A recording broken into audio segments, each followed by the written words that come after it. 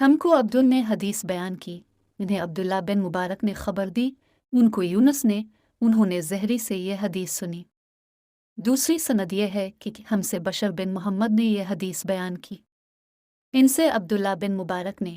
ان سے یونس اور معمر دونوں نے، ان دونوں نے زہری سے روایت کی۔ پہلی سند کے مطابق زہری سے عبیداللہ بن عبداللہ نے، انہوں نے حضرت ابن عباس رضی اللہ عنہما سے یہ روایت نقل کی کہ رسول اللہ صلی اللہ علیہ وسلم سب لوگوں سے زیادہ جواد، سخی تھے، اور رمضان میں دوسرے اوقات کے مقابلہ میں جب جبرائیل علیہ السلام اب صلی اللہ علیہ وسلم سے ملتے بہت ہی زیادہ جود و کرم فرماتے۔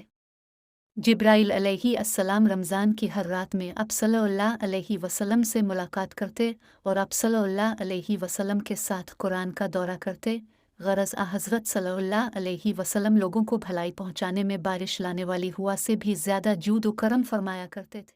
قال أخبرنا عبد الله قال أخبرنا يونس عن الزهري هو حدثنا بشر بن محمد قال أخبرنا عبد الله قال أخبرنا يونس ومعمر عن الزهري نحوه قال أخبرني عبيد الله بن عبد الله عن ابن عباس قال كان رسول الله صلى الله عليه وسلم أجود للناس وكان أجود ما يكون في رمضان حين يلقاه جبريل وكان يلقاه في كل ليلة من رمضان فيدارسه القرآن فلرسول الله صلى الله عليه وسلم Allah's Messenger was the most generous of all the people, and he used to reach the peak in generosity in the month of Ramadan when Gabriel met him.